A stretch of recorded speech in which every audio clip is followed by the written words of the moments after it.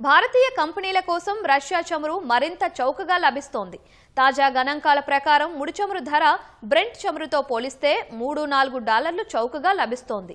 ఈ విషయాన్ని Russia grid నుంచి చమురు ఆఫర్ అందుకున్న వారు జాతీయ మీడియాకు వెల్లడించారు. ఈ ధరలు ఈ నెల చివరి వారం లేదా అక్టోబర్లో సరఫరా అయ్యే మొత్తానికి వర్తించనున్నాయి.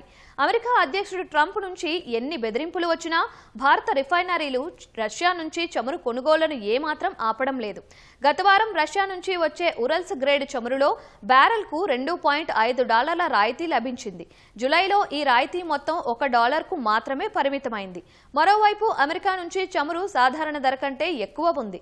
ఇది బ్రెంట్తో పోలిస్తే $3 అధికంగా ఉన్నట్లు నిపుణులు వెల్లడించారు.